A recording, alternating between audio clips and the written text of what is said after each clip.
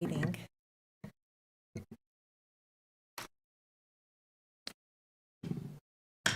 Okay, we are here to open our regular Board of Education meeting for January 23rd, 2025. And we are going to start with our land acknowledgement. We acknowledge the land currently occupied by the Washington Unified School District as the traditional home of the Patwin people. These sovereign people have been the caretakers of the area since time immemorial. Despite centuries of genocide and occupation, the Patwin people continue as vibrant and resilient federally recognized and unrecognized tribes, bands, and rancherias.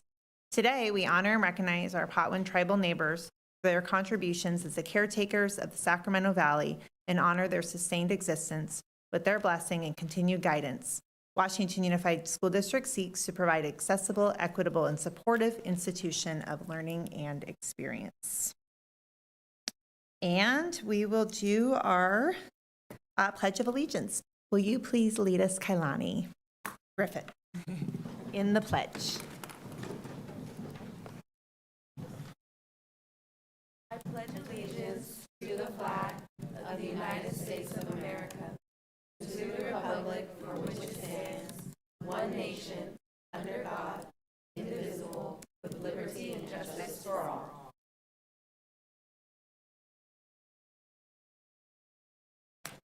Okay, and we're going to do our roll call. Trustee Wong? Here. Trustee Hunt? Here. Clerk Castro? Present. Vice President Coffey? Also present. And I too am present. And for announcement of actions taken in closed session, we are going back into closed session later on this evening, so we will announce that later. And that takes us to the approval of the agenda. Are there any changes to the agenda? Okay, then can I get a motion to approve? I second. Okay, moved by Vice President Coffey, seconded by Trustee Wong. All in favor? Aye. I too vote aye. All right, so now we have our communications and celebrations.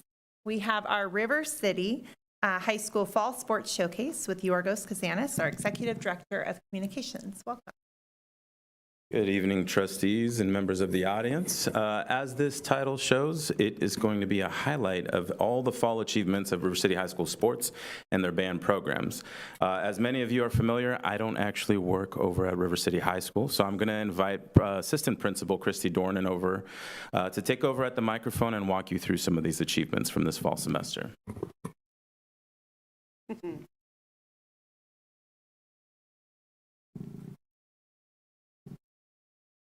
Good evening, Board President Kirby Gonzalez, trustees, Superintendent Hildreth, and Cabinet.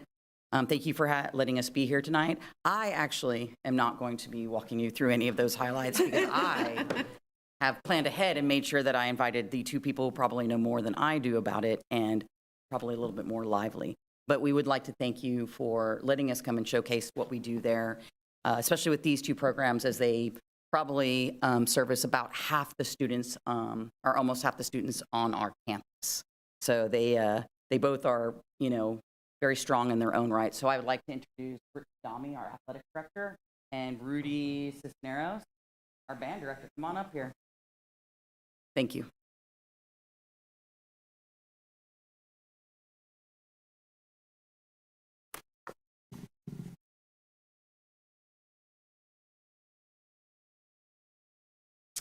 Hello, thank you so much, and thank you guys for all being here.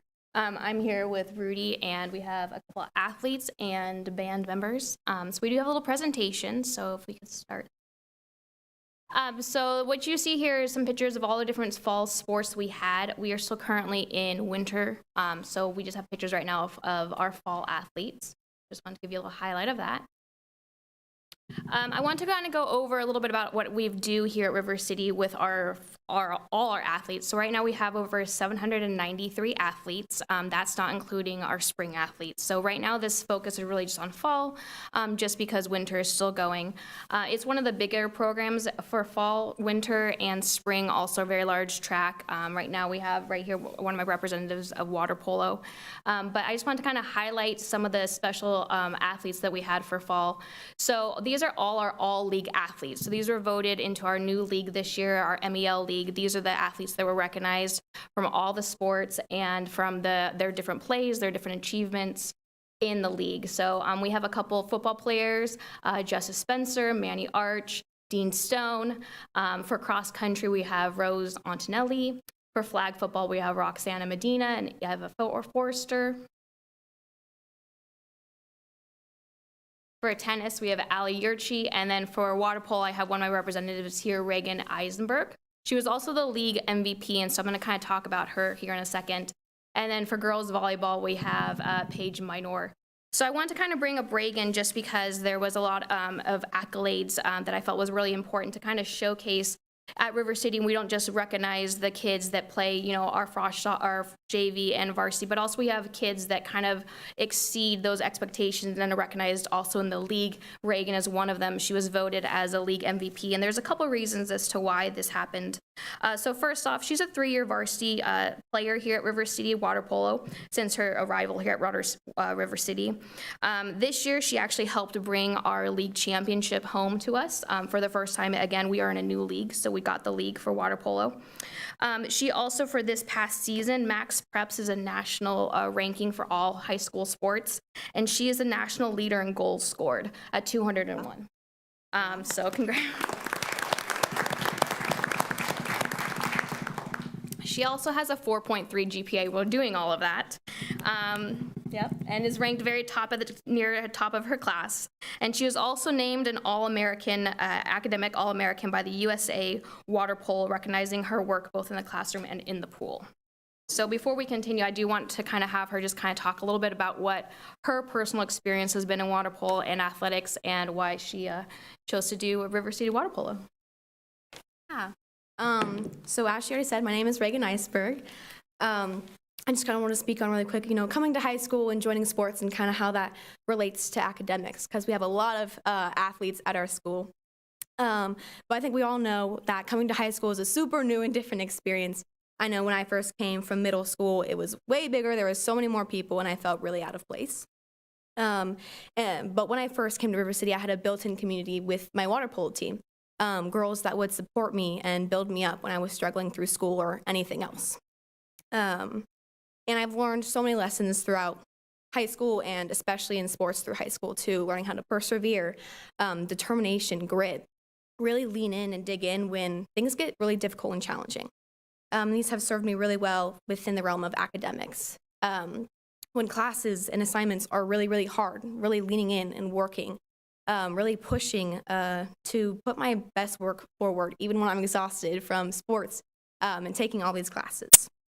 And sports have always been a super big part of my life, and so I'm just really grateful to have the opportunity, all the opportunities that I've had, and how much growth that I've been able to have as well as an athlete at River City. Yeah, thank you. Thank you.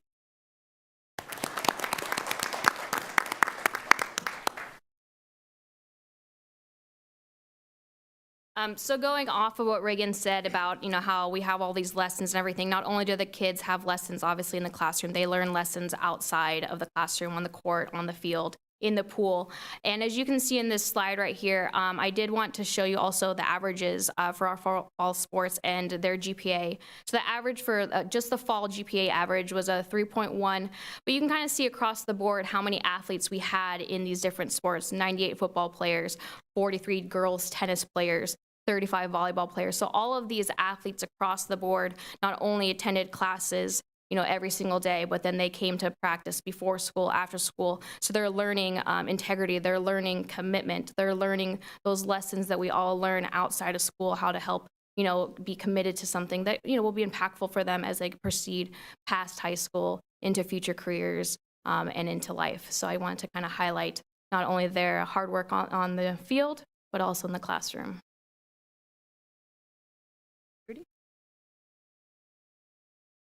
Hello, everyone. How are y'all doing tonight? Doing good. Awesome. Love to hear it. It's a Thursday night, and we're going to talk about the River City Regiment. I didn't put it up here, but it's now 7 years of the process, so I'm excited for wrap up year 7 very soon and go into year 8. Fun fact, high school band directors at River City lasted longest, probably 8 years, so I'm close to breaking that record too. So And you know me, I like being there a lot. But without further ado, let's start, because I talk a lot. All right, I'm going to have two of my strongest and best members. These two lovely individuals are a part of my student leadership, and they are also two of our members that represented us at our regional honor band just about 2 weeks ago. So I will start off with Jonathan Nguyen, who is our senior drum major. Hi there, once again, I'm Jonathan. So for the past 4 years, we've been consecutively growing in size. This year, we had 96 members, and it looks like, judging by our recruitment numbers, we're going to be growing again this coming next year. We even had to kind of break into 3 classes because we actually outgrew the band room. So we're really growing in size, getting a lot of attention. And we're also kind of expanding our reach competitively. We're moving from NCBA to a kind of higher level circuit called WBA. It's better judging, tougher competition, and we're doing pretty well in it. Hi, my name is Robbie. So I'll just continue off of what Jonathan was saying. So in addition to moving to our new circuit, we have also been increasing our number of competitions, trying to give us more opportunities to improve, get more comments, feedback from judges, so we can develop more as a program. And this year we have also increased the amount of rehearsal and practice hours that we have done both in class and outside of class.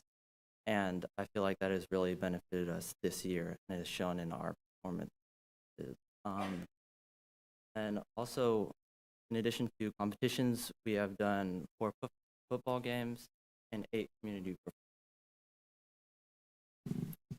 Now, I'd like to add on to that. So Robbie, I gotta give him a big shout out. So this past weekend, Robbie Uno performed for the 2nd consecutive time with the California All-State Honor Band. That is a big feat. I want someone to argue with me and say that it's happened before. It has never happened. No one has ever done this in Washington Unified. He's the first one. Accolades can include 6-time honor band for the region, the capital section, CMEA. He did 3 times in middle school, 3 times in high school, and then he did one state appearance with the middle school, junior high school group, and then consecutive times with the high school. So this guy right here, these two lovely individuals right here, they work extremely hard.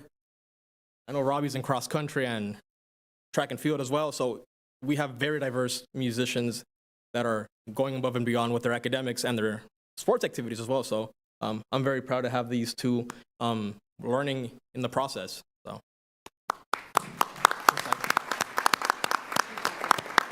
Okay, those are a lot of words, but I will say this: this season, as mentioned by my leadership members here, we expanded into a new circuit, the Western Band Association, which spans all of the Western states for marching band competitions, especially on the field circuit. And so this year was our first time. We didn't know how we were going to do, and we did pretty well. If you want to look at that later, that's awesome. At all of our competitions, we've placed no less than top 5. And at some of these shows, we had more than 10, 15 bands out there. So we were doing extremely well for only our 4th year in field competition, which is amazing for what we are doing at River City High School. Yeah, all of this stuff right here is incredible. We're able to make it work because we have student buy-in, and we're able to get the students out there to really put in the effort to make the program better. Families are working hard. And all of this is also attainable because we have band every single day. I'm always working with our colleagues down at the K8s because we, and me especially, would love to have our kids have band every day. You saw the previous slide, 259 hours of rehearsal time. That is a lot. Trust, I've been there for many of those hours. And I certainly would love to see those lovely little 5th graders starting off their instruments, playing every single day, because once they come up to high school, they'll go into our marching band, they'll go into the Sea Monkeys, they'll go into orchestra and choir, they'll go into our mariachi, which is going to hopefully start soon. So we appreciate all the support. We would love to talk with you and see how we can continue bolstering our music program, because I firmly believe that we have one of the strongest programs in the county. And fun fact, our marching band here is the only one in Yolo County.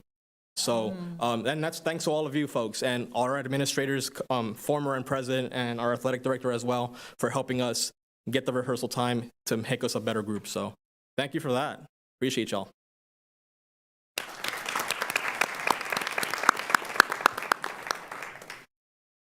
Okay, thank you so much for being here. Stay for a minute, for being here. And what you offer, our music program, our sports are such an important part of the high school experience and really for our entire kindergarten all the way up, right, through high school. And so thank you for being here. Thank you for sharing. We had the 8th grade night this last week. Man, the time goes so quickly. And let me tell you that both of your programs, the athletics and the music, were just stars that evening. And the kids were so, so excited talking about coming to River City and the opportunities they'll have. So we'd love to take a picture with you if you'll stay up and shake your hand.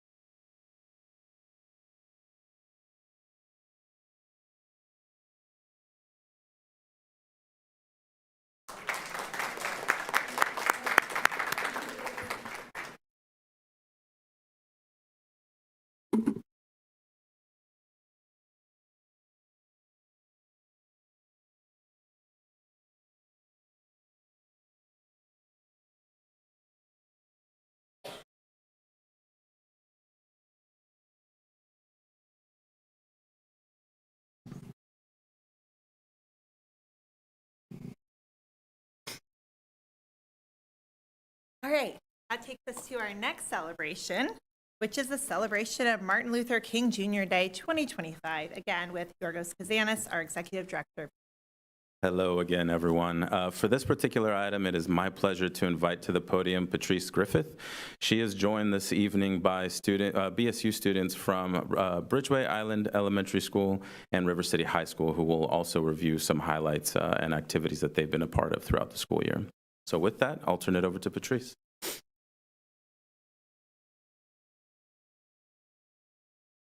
Before this, they're like, I'm not going to be alone, right? I'm like, no, I'm going to be right there with you. Okay.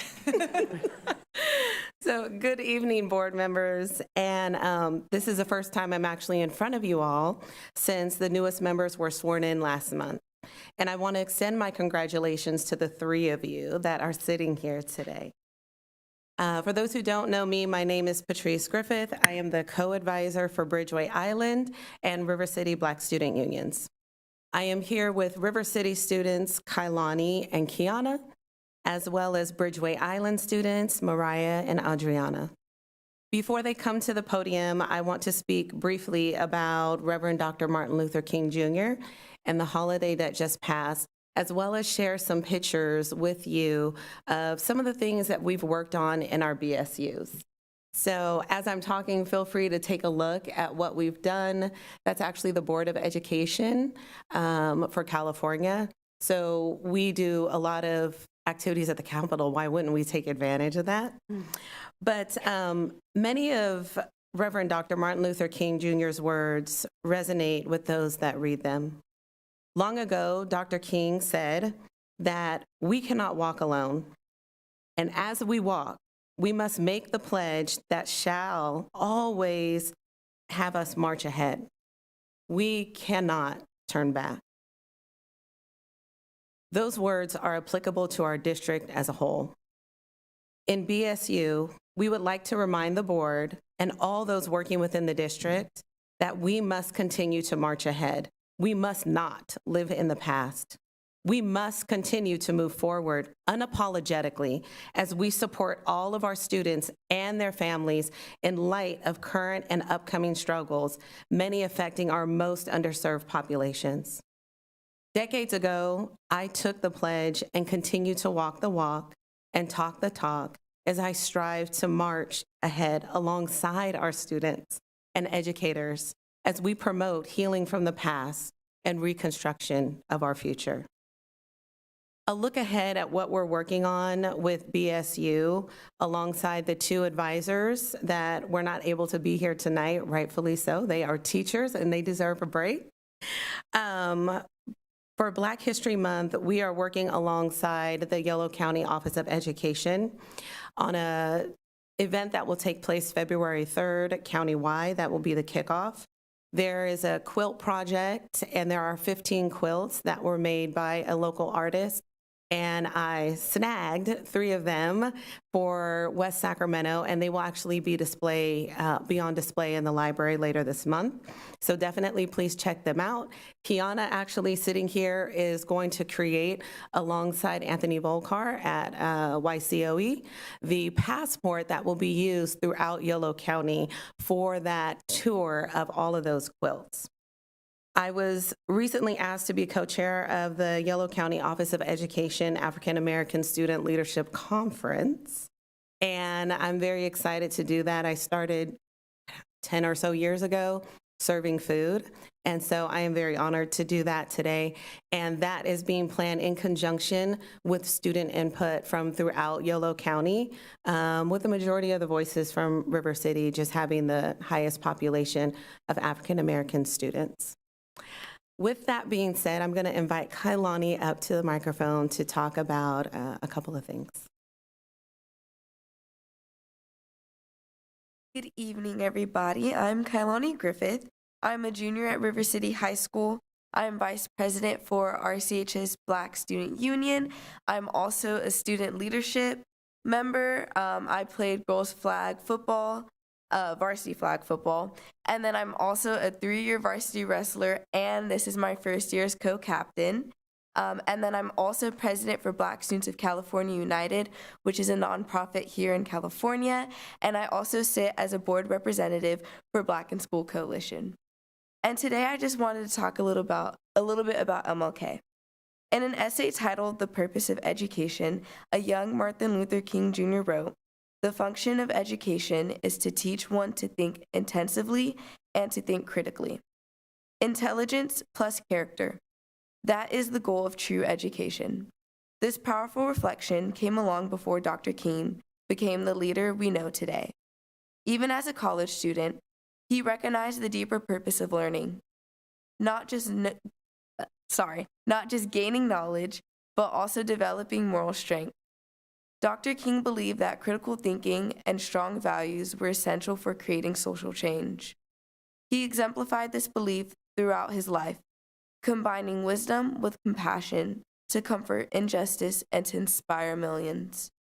Today, King's words remind us of why education matters, because informed, ethical individuals are the backbone of activism and civic engagement. Critical thinking allows us to challenge unfair systems, and character ensures we do it with integrity. As we face today's challenges, whether advocating for equity, reforming education, or empowering future leaders, let's strive for education that cultivates both intelligence and character. In doing so, we carry on Dr. King's vision. Thank you.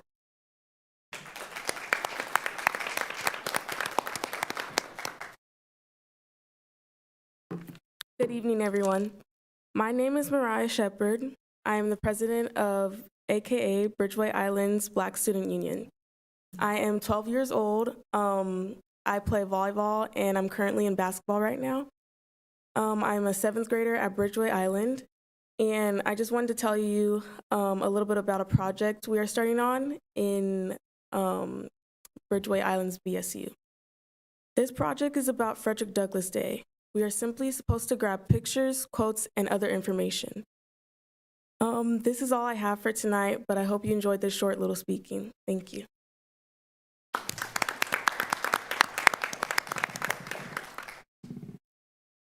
Thank you so much, Mariah. It takes a lot of courage for a 7th grader to come to the microphone, so I just want to commend you. You too, Kailani. But thank you, Mariah. All right, that is all that we have for this evening, but I just, in closing, want to say thank you so much because the support that we have been given from the district as a whole on every level has now obviously extended to our Yolo County Office of Education, and that is amazing, and you should all be very proud of yourself. I'm going to shout out Autry because she has sat on some meetings. We have sat on some meetings, quite a few, and was really at the forefront after bridging the gap between Sac State and Washington Unified to be the first school in Yolo County to actually have guaranteed acceptance to Sacramento State for all seniors in Washington Unified. And the millisecond that Garth heard about this, he's like, hey, I need in on that. So my work is still cut out for me on that level. But thank you so much for your support.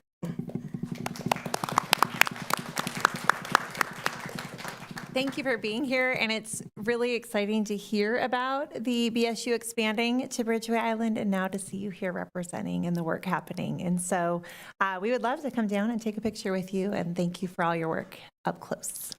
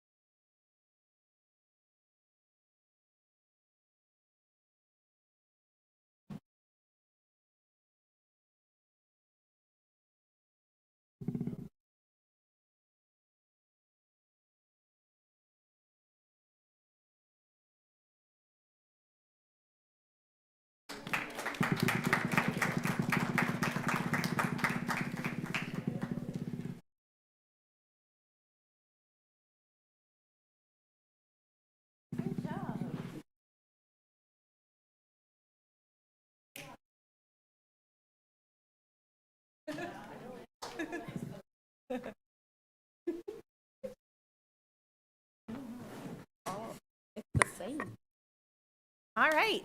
And that now takes us to our association reports. And kicking us off is our student board member report, Anthony Juarez Martinez from Yolo High School. Take it away.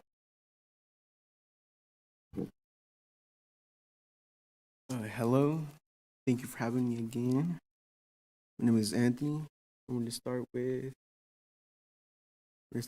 Bridgeway Island. Students play teamwork games blindfolded to practice doing the right thing even when no one is watching. 8th grade will visit Sonoma State this Friday. Middle school had a fantastic send-off before winter break.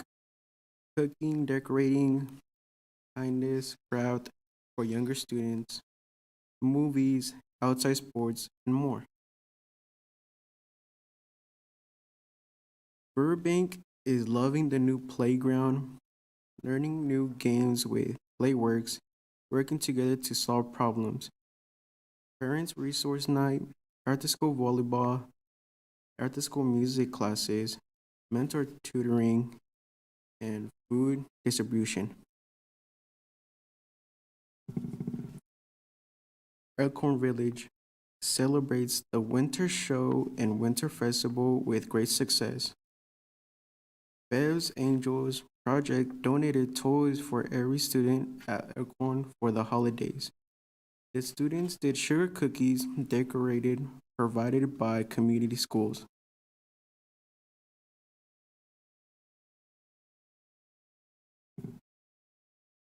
Southport started a food scrap recycling program with Breathe California and Journey.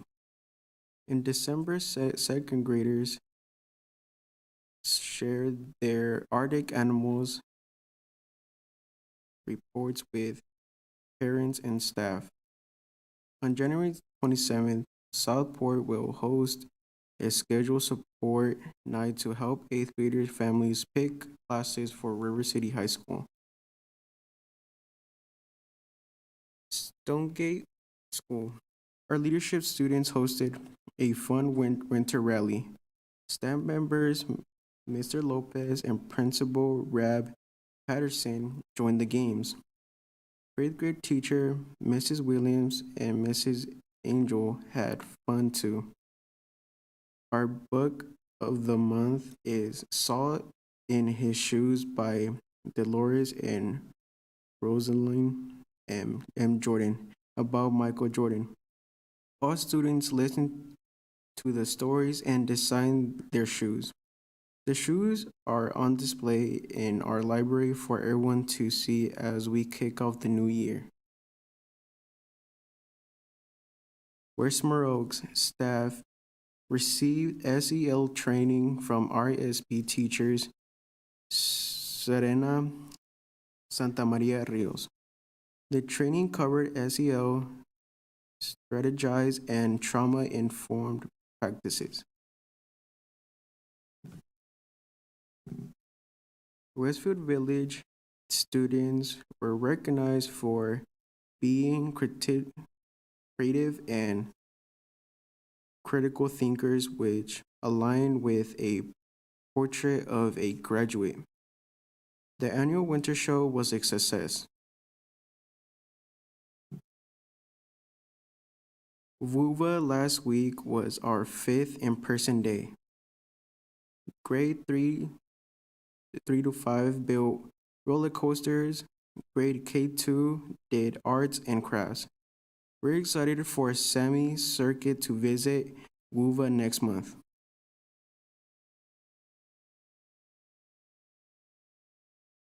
Yolo High School students attended their second assembly with DJ Faith and Dr. Vega.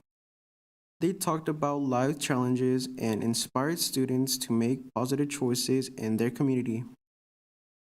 They encouraged students to reflect on their experience and take responsibility for creating a positive school environment. River City High School hosted 8th grade family night for future Raiders to explore RCHS programs. The event had great turnout and counselors were involved to answer questions about graduation and classes. Washington Middle College, they held a fall semester celebration assembly. 10 students received Perfect Attendance Award. 37 students were recognized for excellence in academics.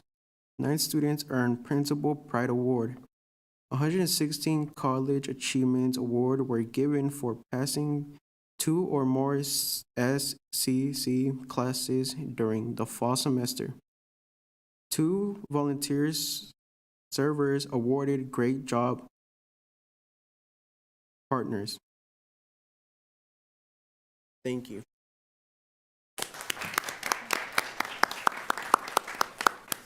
Okay, thank you so much. And as always, you are welcome to stay, as you know, and give feedback throughout our meeting. And anytime you need to go, that is okay too. Great, good. We welcome that in your input. All right, so now we have our CSEA report with President Gandara. Welcome.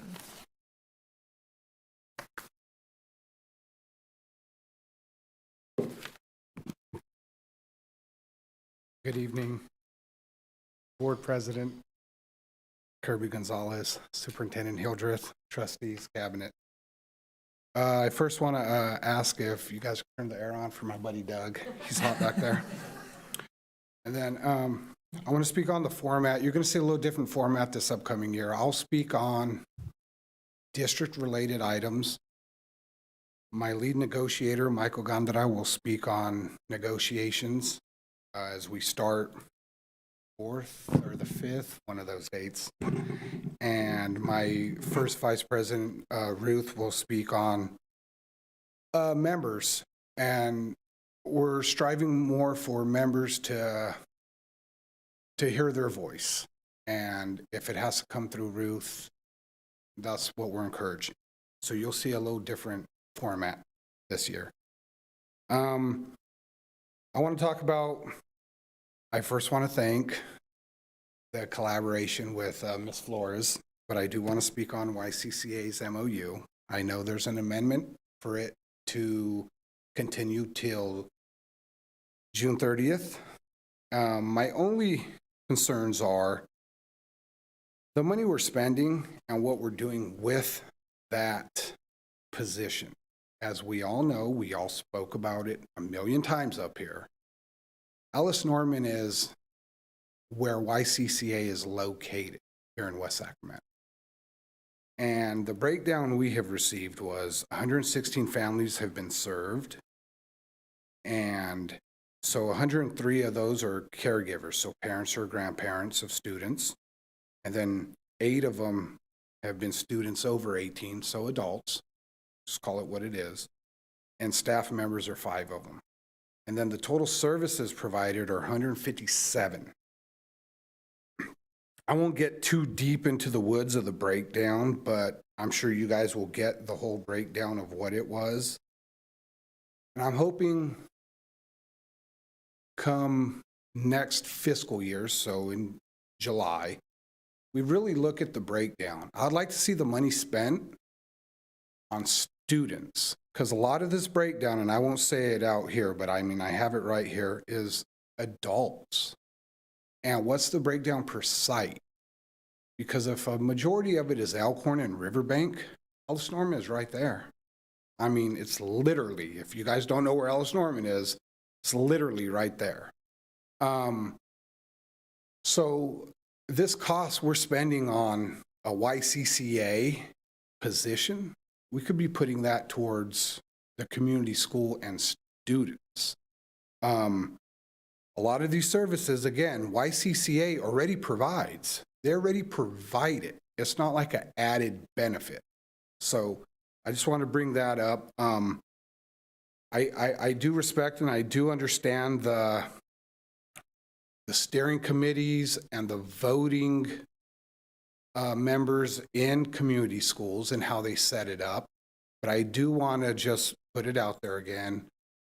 Me and my negotiating team are the sole representatives of negotiating for the classified members. So getting their input is fine. But when it comes to impacts and effects and what may affect a classified classification or classified work, that has to come through me and my negotiating. And again, I know this expires June 30th, so you might want to meet with us before then, or else I'll be up here again. The next thing I just want to talk about is just paraeducators. I know I speak on it all the time. There's always a high turnover. There's always vacancies. And the question is why? We have to start looking at why, again, we can't hold on to paraeducators. Is it the pay? Is it the work they're asked to be done for the pay? You know, a lot of them talk to us and they're in hostile environments. And, you know, that's something we need to discuss, we need to look at, because it's not healthy for the class, it's not healthy for the teacher, it's not healthy for the students to always have a turnaround, right? We want consistency. And then just the last thing, I know he left. I want to give Rudy, man, a shout out. I was at the high school when he came on. That's how long I've been around. So I just want to give him a shout out. I seen how he's grown the music program, and River City has a heck of a music program and the amazing work he's done. And I just want to give him a shout out. And you guys have a good evening. Turn the AC on for. All right, thank you so much. And now it's our WSTA report with President Knapp. Welcome. Yeah, the AC. I know it's not you. Nobody wants to sit in the heat. Oh my gosh, I should have typed this bigger. All right, good luck to me. Good evening, Superintendent Hildreth, President Kirby Gonzalez, Vice President Coffey, Clerk Castro, trustees, cabinet. It's good to see you. I want to start off just by following up on what Daniel said regarding paraeducators. They are the sinew of our district. They're what holds it together because they're providing the service to make sure that our students with the most need have access to a least restrictive environment. And we are having trouble holding on to quality paraeducators because I'm going to fill in the blanks. I know why we're having trouble. We pay them on average $18 an hour in a world now where you can go flip burgers for $18 or for $20 an hour. And so we're asking folks to commit to a really challenging job. I mean, it's rewarding because you get to work with wonderful children, but you're also dealing with hitting, kicking, spitting, scratching, really, really hard situations. And so I say this acknowledging the fact that this is a year that Certificated is going to be asking for compensation. But I also say this to you knowing that it's real and it'll help Certificated members that we need to prioritize SPED and our paraeducators because those students deserve the best too.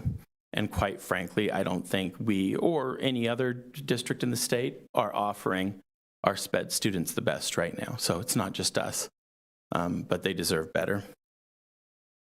And on that note, I want to talk just a little bit about, we don't know what's coming up with the new administration, but we know that there's been threats made to federal funding. And the irony is that what that will likely affect the most is our SPED programs. And they are already tapped. They already are underfunded. So I want to shout out to Carla for continuing the SPED task force. It's more important than ever right now that we are thinking outside the box in our own local and figuring out what we can do and seriously considering what we can do now as this situation approaches. I'm kind of all over the place tonight, so bear with me. I also was really excited to see the band programs that are growing and the sports programs. I know as we are always looking towards how do we keep our students here in WUSD, especially going into high school so we don't lose them to some of the schools downtown. We want to think about these robust programs because it's what students want, it's what parents want.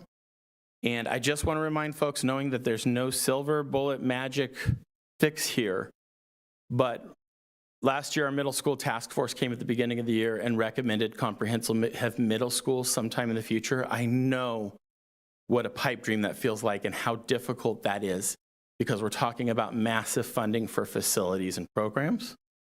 But I don't want to take our dreams off the radar. We know that it's what we need. We know that we're in this situation because of gentrification in the past. And we want to make sure we're serving all students, just not the students and families that feel comfortable where they are. And so just please keep that on your radar. I know it seems almost impossible right now, but the impossible becomes possible when we plan. So I don't know how many years down the road we're talking, but we need to keep thinking about it. Thank you so much to Patrice Griffith and Cherie Taylor, who are organizing our Black student unions. This is a program that I'm really excited to see grow, and I'm really excited to hear voice given to students who might not feel like they have a voice otherwise. IBB, interest-based bargaining. We participated with WUSD once again. For a refresher, I just want to say it was a positive start.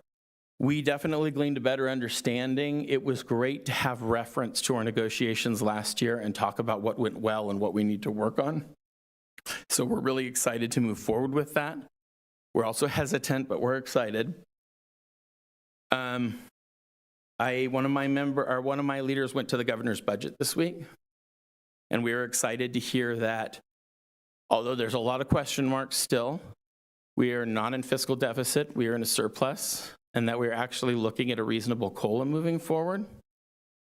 I know that we have to be cautious given the national environment, and we have to be cautious given some of the things that have happened in our state this year. But we are encouraged to see that there might be some funds to work with to help students and teachers moving forward. Just on a note, I would like to talk to the cabinet and the board.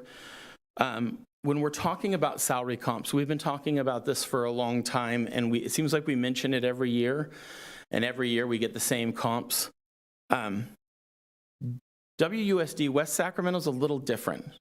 Typically, we get salary comps that reflect Yolo County, so we're looking at salary comps from Davis and Woodland and Winters and Esparto.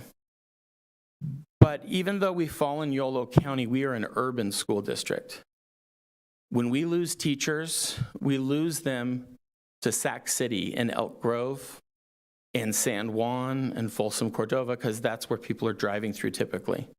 So I would urge the board to direct fiscal services and HR to look up comps for the people that is actually impacting our retention and recruitment, which is across the river, because we are much more geographically and financially associated with this urban area than we are with Esparto. Let's see. I want to thank Monique for giving a robust look into the retirement incentive to see if it was viable. It turns out that that at present, it doesn't look like a retirement incentive is viable for our district, and I understand that. We are not looking to break the bank, but just like we request the board and cabinet to always reflect on our contractors and whether or not it's viable for us to hire internally, I think we should always be looking at whether a retirement incentive might at some point become viable and a mutual benefit to the district.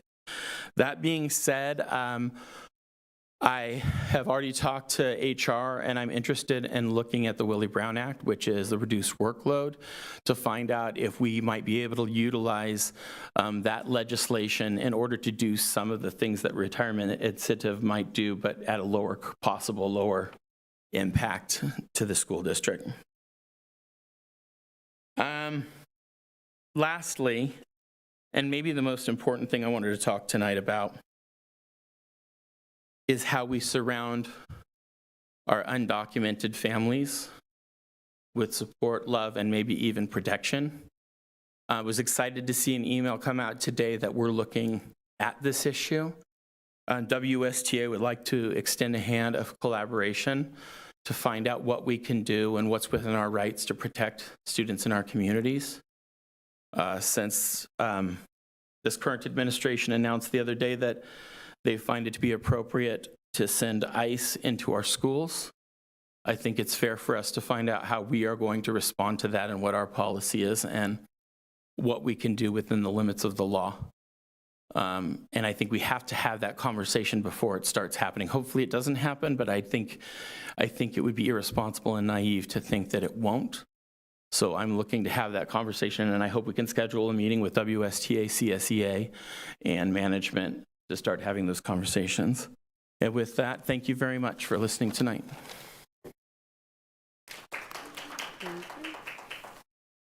Okay, thank you so much. That takes us to our general public comments. We did receive one comment already per email earlier today that the board has read and gets put into the record.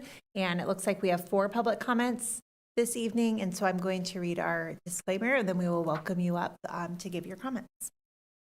At our regular board meeting held on February 9th, 2023, the board resolved that written public comments received by 3 p.m. on the day of the meeting will be provided to the board, but not read into the record during the meeting. Members of the public may address the board on topics of our board agenda during every meeting. In addition, during regular meetings, the public may also address any topic within the jurisdiction of the board. Please know that the board is listening to your comments, but by law cannot meaningfully respond in this forum to items not on the agenda. The board may limit the total time for public input on any topic to 20 minutes unless it waives the item limit for the item. Individual speakers may be limited to 3 minutes to comment on any topic. The board respects rights of members of the public who speak regarding matters within its jurisdiction. However, please recognize that comments regarding students other than the speaker's own children made during a public board meeting may be a violation of the student's right to privacy, and thus the speaker may be legally liable. If you reference a student's name other than your own student, you may be deemed out of order.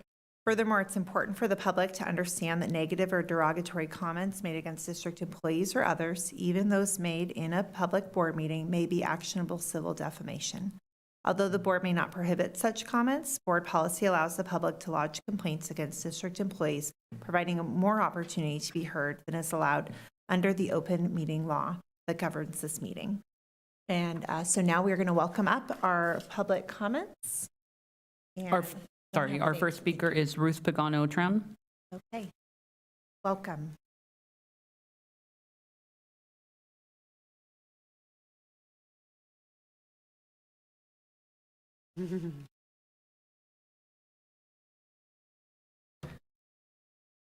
We're going to stand up together. Good evening, board president, trustees, superintendent, cabinet, staff, and public. We appreciate your time tonight, listening to our members. Tonight, I'll be reading a statement from Miss Melissa. Hi, my name is Miss Melissa Craig. In 2 months, I will have worked for WUSD for 25 years, in which 23 of them have been in special education, working and helping to teach everyone's kids in the community. I have even volunteered at Collins Teen Center 9 years after they opened. My kids and I grew up here and went through Washington Unified School District schools. I have been here since the 70s. Most of them remember me as the Halloween lady because I always made them treat bags. I run into them over the years and share what's going on with them, whether it's a new baby, getting married, loss of loved ones, or just to tell me thank you for making them feel like a real person and not their disability. I can't go anywhere without running into new or old students. I even teach some of their kids or relatives. Even some of our staff members remember me as a yard duty. I love what I do, and I'm always trying to think of new ways to help them learn. It's fun, but sometimes challenging, but I wouldn't have it any other way. I used to be able to feed my family of 4 on $200 to $250 a month, buy treats and learning stuff from Goodwill. Now I go to some food banks that I use to help out. Everything has gone up and portions have shrunk. I now spend $400 to $500 for 3 people, while everything keeps going sky high. That's not counting the roof over our heads, water, PG&E that keeps raising, and a landline phone. Rent is $1,700 to $2,200 a month, if not more. I have a cheap track phone for work in case we need help. A lot of us have to work 2 to 3 jobs. My son lives with us because he can't afford to be on his own, even with his job. He helps out with small parts of the bills, but when he's ready to move out, I'll have to get a second job. Now we have to compete with fast food wages. We are not a fast food district. They will eventually make more money than we do as long-term employees who love, take pride, and care for your loved ones every day. We love and take care of your precious ones. Why can't you guys do that for us? We shouldn't have to leave the district or have to work 2 jobs to survive. Our kids are the future presidents, Congress, governors, mayors, and school board members. That's because of all of us classified. Thank you for your time.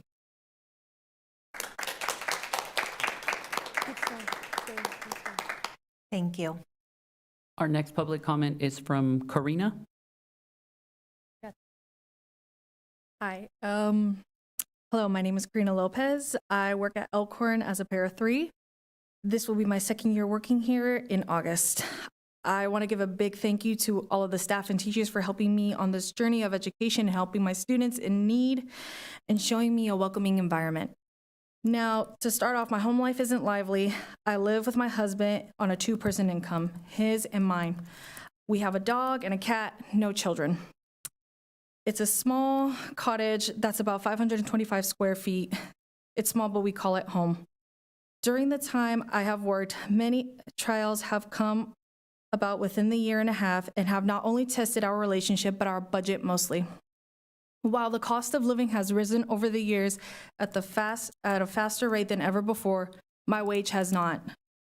I know that I'm only a year and a half into my position, but $1,900 a month is not livable. I try to budget and save as much as I can, but life happens and things need to be handled, such as basic necessities, but also savings. For example, I use my credit card multiple times in order to pay my rent, to save my checks for groceries and gas for a month, along with helping my sick animals. I am now $8,000 in debt. I shouldn't have to choose between bills and necessities and savings. I should be able to cover all three.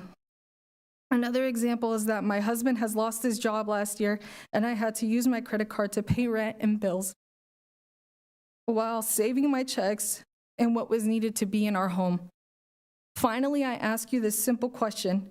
How is it that we have to compete with fast food restaurants and hospital food service workers when we are permanent positions or positions that have earned their degrees? Why are we seeing more turnover than before? Why haven't our wages gone up to meet the cost of living? How come other districts are paying their people more than here? I would love to know, and I want to know what's going on and how will this be fixed. I will end on this quote from the movie WALL-E that Captain Otto said to the robot. I don't want to survive, I want to live. Thank you.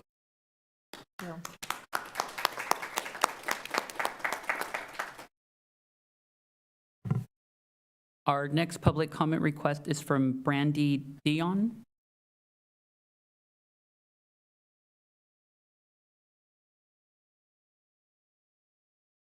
Good evening, members of the board, and I don't know the appropriate of all the others, so board, cabinet, hello. My name is Brandy Dion. I'm a parent of 3 Washington Unified School District students, 2 at River City, 1 at Bridgeway.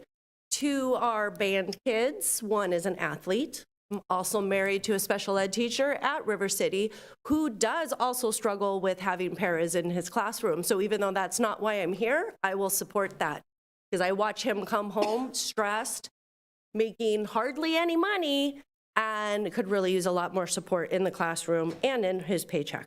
However, I'm here to talk about the River City Regiment because I am the president of the River City Regiment Music Boosters. I'm here tonight to advocate for increased support and funding for all of our visual and performing arts programs. As you now know, the regiment is the only competitive marching band in all of Yolo County. It's a program that represents not only River City High School, but also our district and our community. This year, we proudly welcomed nearly 100 dedicated students into the regiment. These students work tirelessly to represent our school at competitions, community events, and parades, consistently demonstrating the discipline, teamwork, and artistry that these programs foster. However, what many may not realize is the immense cost associated with sustaining this program. It costs us $50,000 a year that the Regiment Boosters program is funding. So $10,000 for buses for competition, $5,000 for competition fees, $6,000 for instructor support, $6,000 for music licensing and program design, $12,000 for uniforms and equipment and maintenance and replacement, and then an additional $10,000 for administrative fees and insurance costs, storage unit, and then student recognition. I want to highlight the financial challenges we faced this year in our fundraising efforts. Our fireworks booth, which typically brings in $12,000, only brought in $6,000 this year. With the cancellation of the West Sacramento All Charities raffle, that meant another loss of $4,000 of anticipated revenue, fundraising revenue. These losses could significantly impact our program, but we're working really hard to figure out other fundraisers to support that. However, the reality is we need more support from the district to sustain and continue to grow all of our VAPA programs. I'm not going to make it all the way through, but the middle school band program, there's no equity, period. We're happy to do our part, but the reality is really this is not sustainable, especially with the growth, and these band kids need band. So thank you.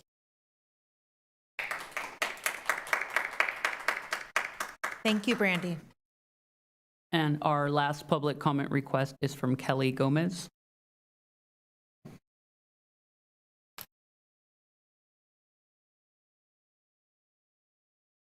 Hello, my name is Kelly Gomez. I'm a mom of 4 kids at Bridgeway Island. And hello to all you guys. I'm up here because I'm in the middle of researching what high school for my oldest daughter to go to. And we've been hearing a lot about the behavior of just tons and tons of classroom disruption. And I was recently at a meeting at the school where they were proud of the decrease in suspension rate at the school. But I, as a mom, know my son has been assaulted twice on campus, unprovoked. And there was really not very much of any repercussion given to this boy, who it was the same boy 2 times. And I was assured as a mom, oh, this is totally out of character for this boy. This is, not an issue. Come to find out later, he's done it to multiple kids. And then recently, my son's had a friend who he was assaulted by a boy, punched in the face. My son was punched in the face and kneed in the groin. This is another boy, and not the same perpetrator, but he was punched in the face and then smacked a couple of times. And then he's back at school. So this happened on Friday. The boy's back at school on Monday, and this boy in a class repeatedly mocking the Asian substitute teacher's accent, got sent to the office multiple times. Next day is doing the same thing to the Russian teacher, making fun of the accent, again sent to the office, just sent back to class. And in this meeting that I'm at, they were talking about, being proud of the low suspension rate, but then also saying that kids in their recent safety survey were saying that adults don't do anything about the problems that they have. And this is definitely something that I'm witnessing. I've seen it myself. My children have experienced it, complaining about a lot of kids that are just being really horrible in class, and teachers trying to do something about it. But it seems like I don't know what the breakdown is, and there's just not accountability to children to behave. And, I know it starts at home, but there needs to be a way that teachers, when you send them to the office, the kids don't just get sent right back. And I don't know, just wanted to voice it because it's definitely something we're seeing. Thank you.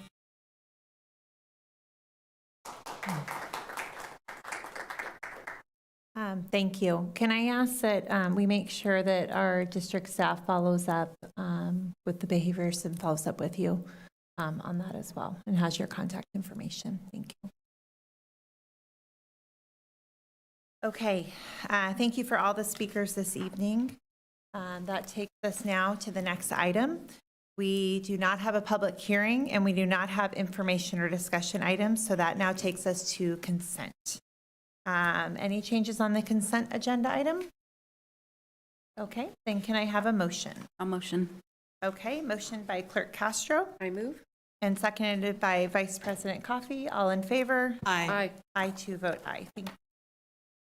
Okay, so our action items. We have approval of the Washington Unified School District's 2023-24 financial audit report with Monique Stovall, our Chief Business Officer. Welcome.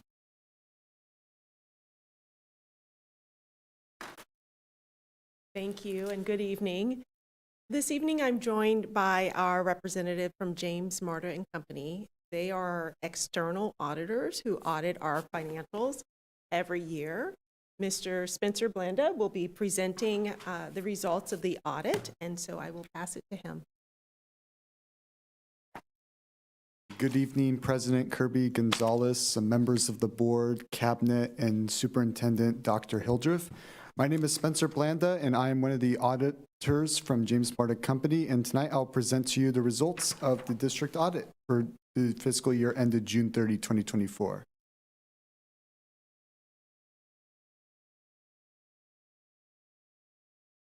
Oh, thank you. So just to talk about the agenda, these agenda items on this presentation are essentially the deliverables for the audit.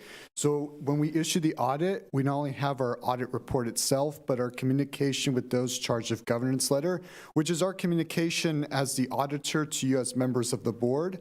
We also have not only our audit report, but the financials, the notes, and finally our internal control letter, state compliance letter, and federal compliance letter.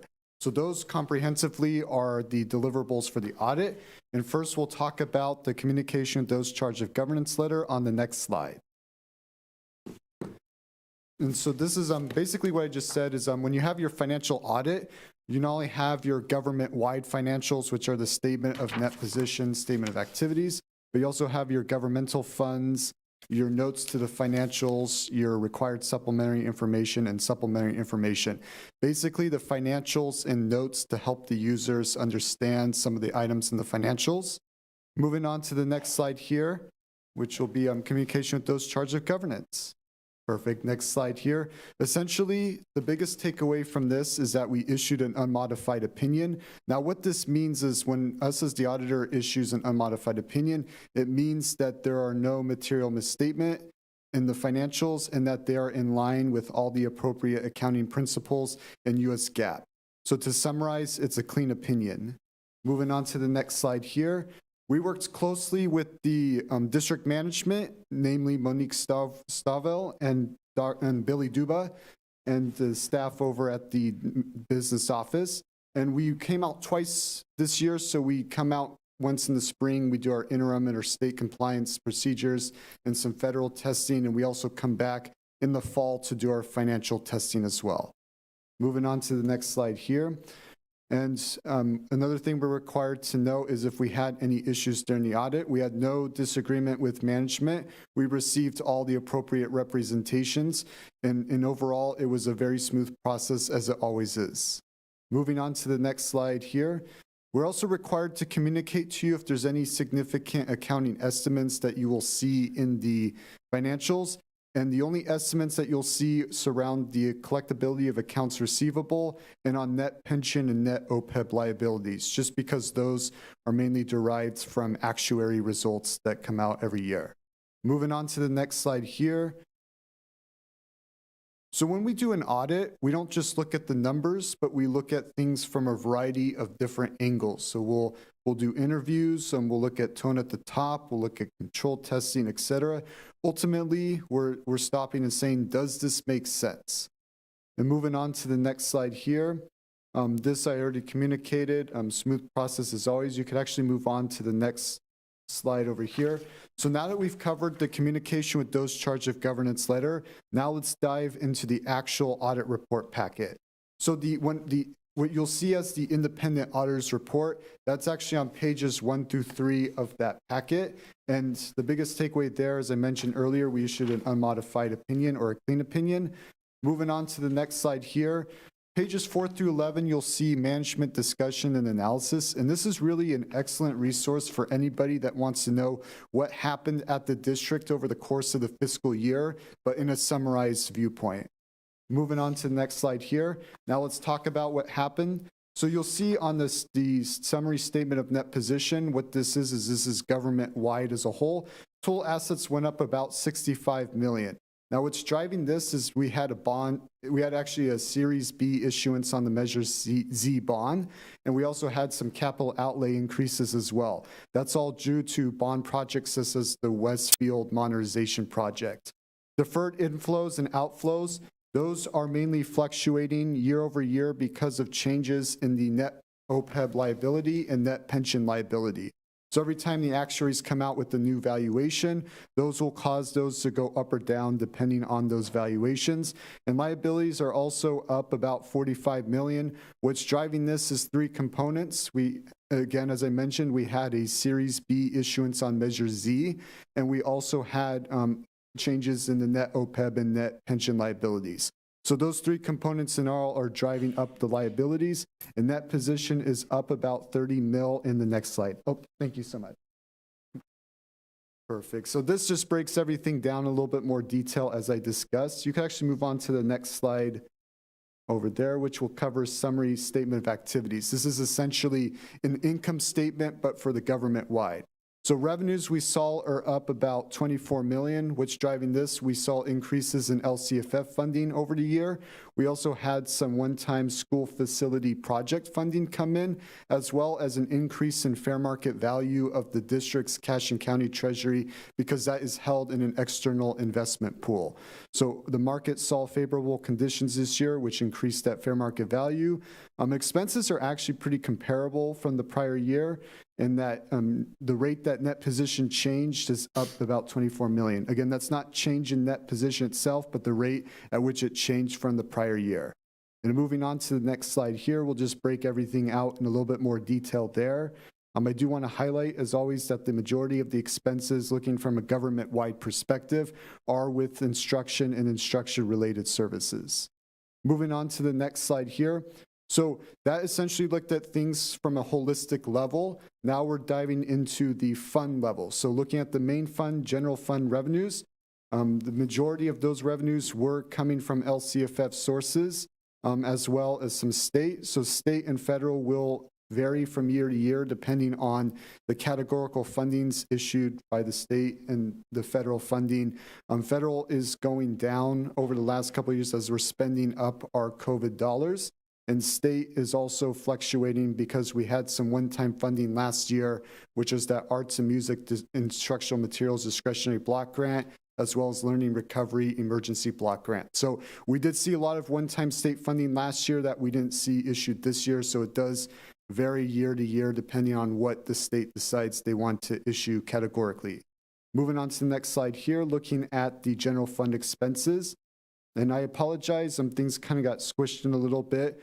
Biggest driver is that from a general fund perspective, a majority of the costs that you'll see are related to salaries and benefits. Moving on to the next slide here. So now that we looked at the fund financials, what this is the financial trends and analysis. You'll find this in the supplementary section, information section of the audit report, or way in the back. So this looks at things from a multi-year angle. So not only are we looking at what actually happened this year, but what happened over the last couple of years and what's projected to happen this year. And the one thing I want to highlight is we have seen about a 60 million increase in long-term debt. That is just because over the last couple of years, we had some bond series issuances, and that's also accounting for how net pension and net OPEB liabilities have changed over the last couple of years. Moving on to the next slide here, which is ADA. I do want to make a highlight. We have seen ADA gone up since the pandemic days, which is really awesome to see.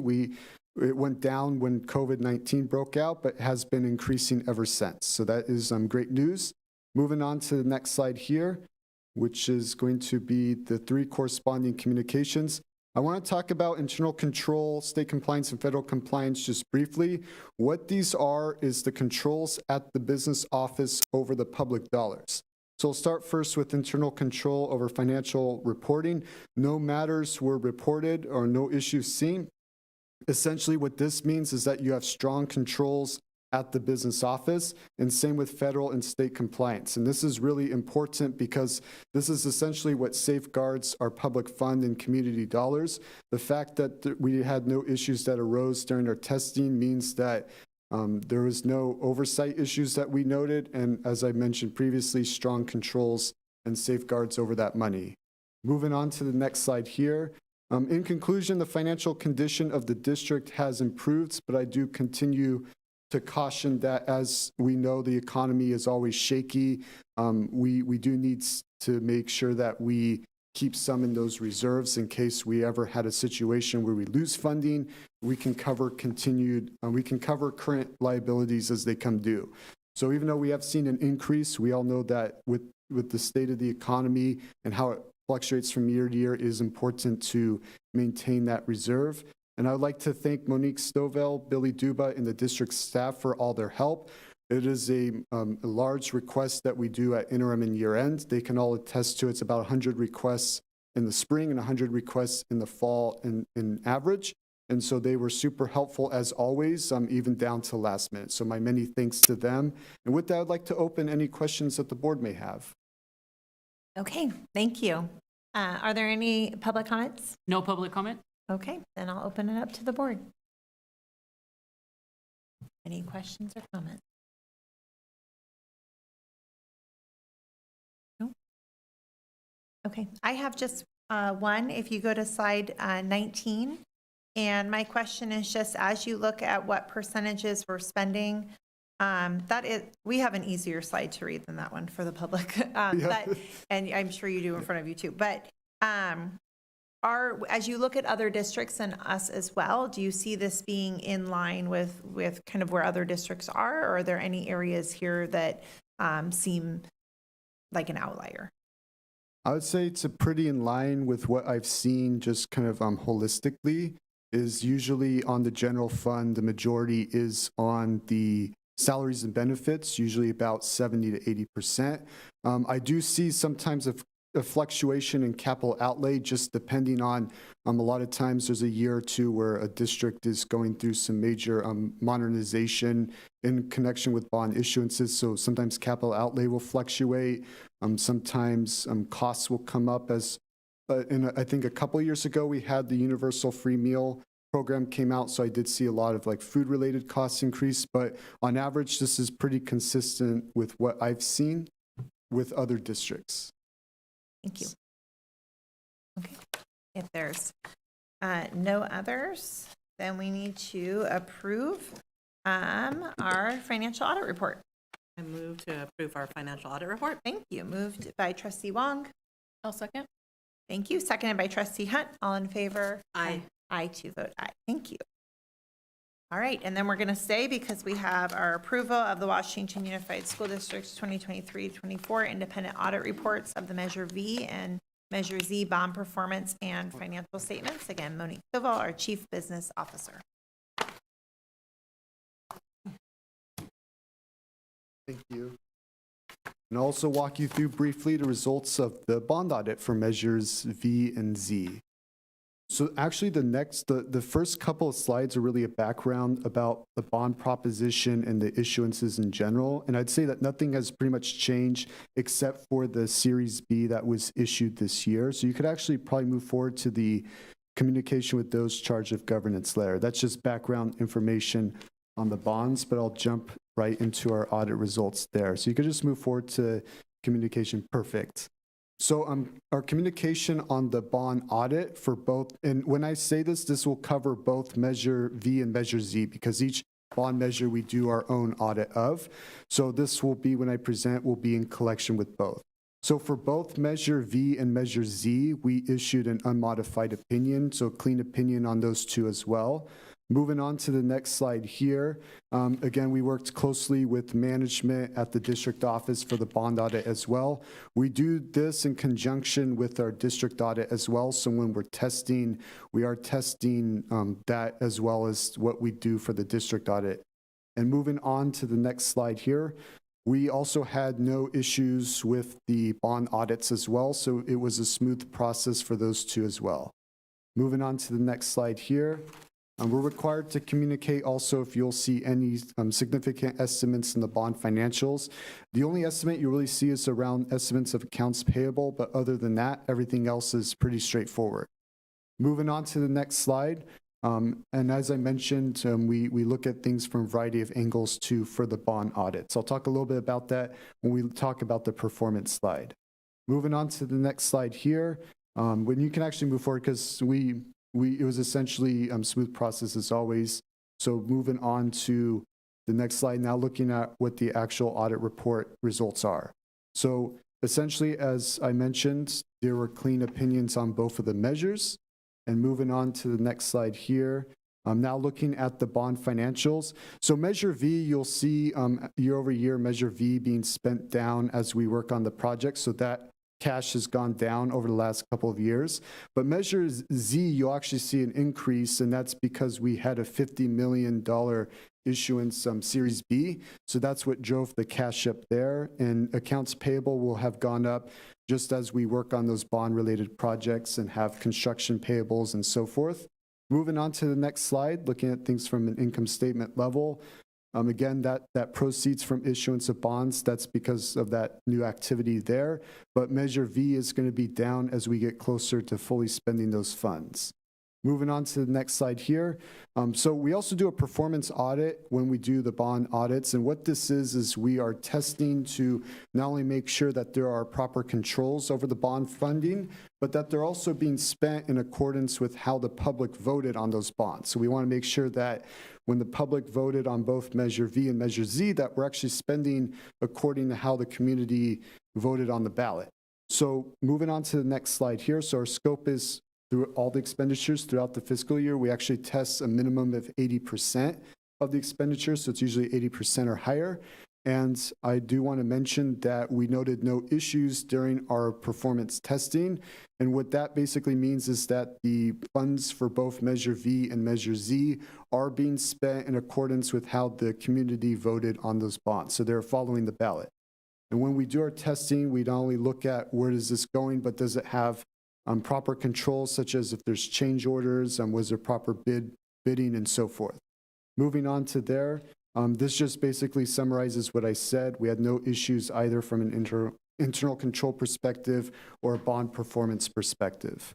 Moving on to the next slide here, that wraps up. So in conclusion, we're spending funds according with how both bond ballot measures state what we can spend on. And I'd like to thank again Monique Stovell, Billy Duba, and the district office staff for all their help during this process. So with that, I'd like to open any questions that anybody might have about the bond audits. Thank you. Are there any public comments? No public comments? Okay. Are there any comments or questions with the board? Okay, then can we have a motion to approve? I Okay. second.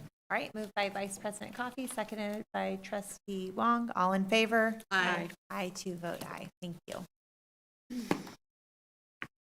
Okay, and that takes us to action item number 3, approval of the 2023-24 school accountability report cards. That is with Autry Streak, our Assistant Superintendent of Educational Services.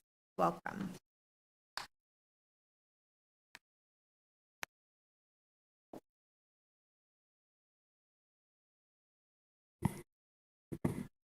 Good evening, Board President Kirby Gonzalez, trustees, Superintendent Hildreth, cabinet, and community members. This evening, I'm joined by Director Stephanie Grote, who supports and leads our schools in completing their annual SARCs, and so she will be the speaker for this item.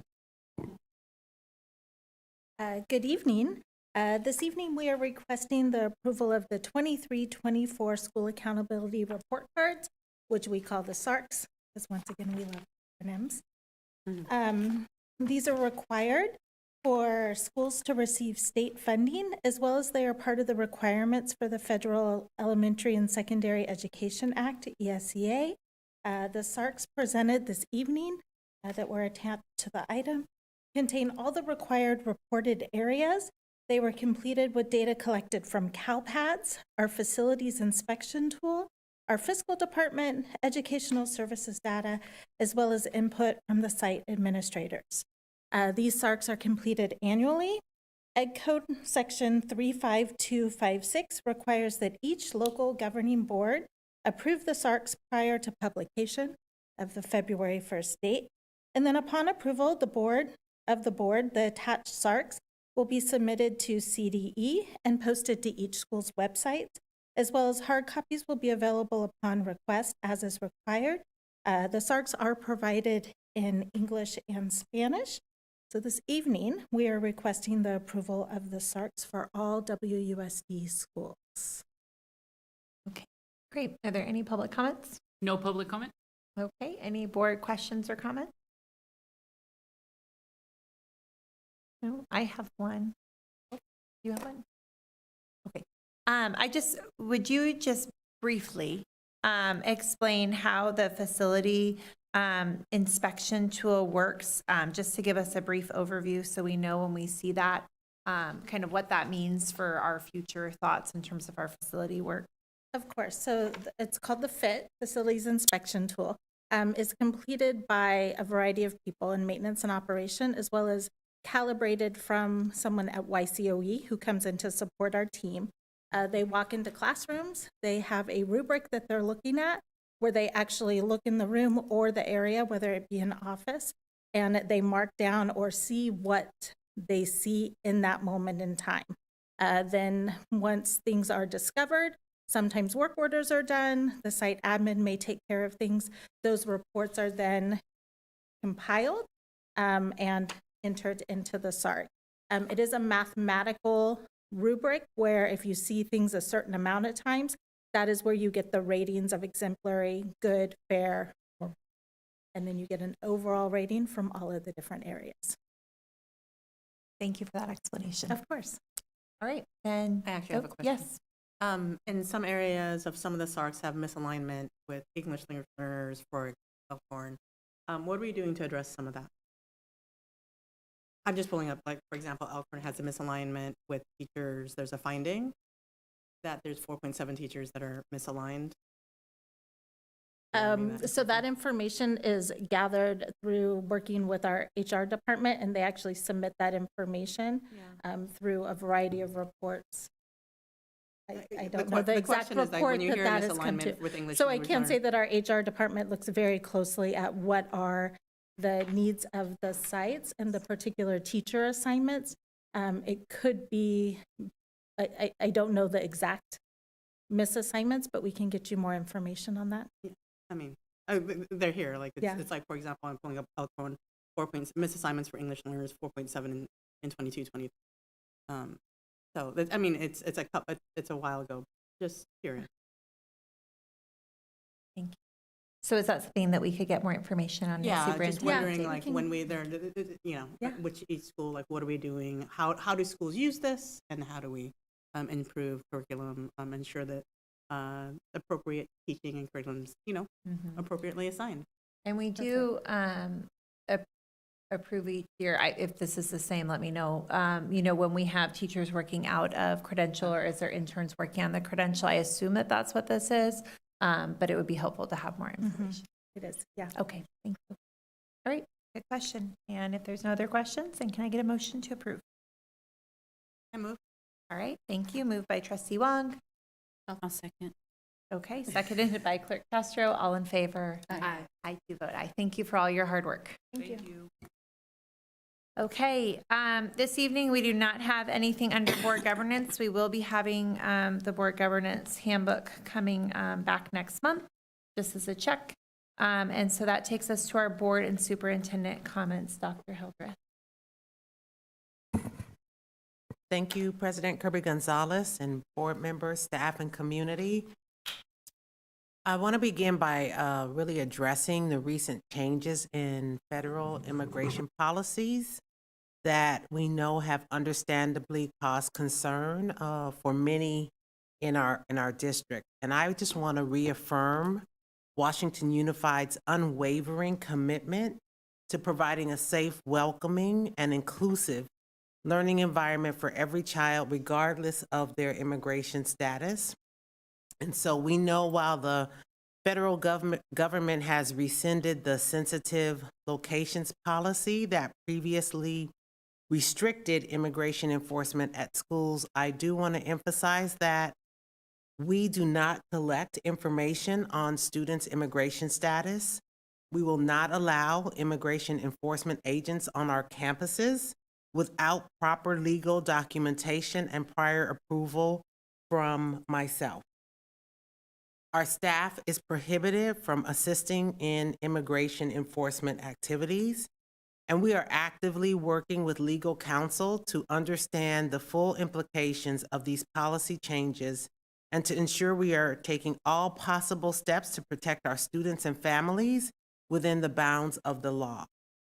So to our families who may be concerned, please know that every child has a right to a free public education regardless of their immigration status, and our schools will remain safe havens where all of our students can learn and thrive. And we urge our families just to be careful and update their emergency contact information at schools. And this ensures that if parents cannot pick up their children, a trusted adult that they know can do so. It also allows our team to communicate effectively and promptly with our families. And our district is committed to providing resources and support to all families during this uncertain time. And so if anyone has any questions or concerns, please do not hesitate to reach out to your school administration or to the district office. And know that our strength lies in our unity and our commitment to education. And together we will continue to support and protect all members of our diverse WUSD community. So what I've asked our team to do is we're going to create a web-based resource hub titled Immigration Support, which is now going to be live on our WUSD website and can be found under the Student and Families tab, where we encourage everyone in our community to visit this page for more information. As things change, as we have seen, just changes happen in the last couple of days, we want to make sure that our parents know, our community knows, where can you go to get information that has been vetted. So please look for that. Know that we are here. We are WUSD strong, and we will continue to support every single student and family and staff member in our community.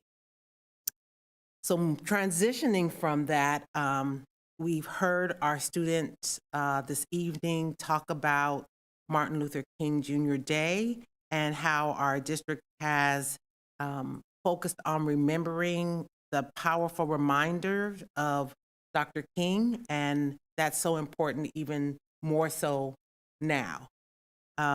His dream of equality, justice, and unity resonates deeply with WUSD's mission. His vision aligns perfectly with our equity-centered strategic plan and reaffirms our unwavering commitment to educational excellence and equity for all students. Just as Dr. King worked tirelessly to break down barriers of inequality, our district remains dedicated to identifying and removing systemic barriers stemming from inequitable practices, policies, and bias. We believe that every student deserves the opportunity to reach their full potential, regardless of their background. I want to thank the community and our schools for your continued support. Thinking about all of our wonderful students, we had a great Leadership Development Day because we are building leaders here in Washington Unified. And so this week, our district hosted the second annual Leadership Development Day. It was building on last year's incredible momentum.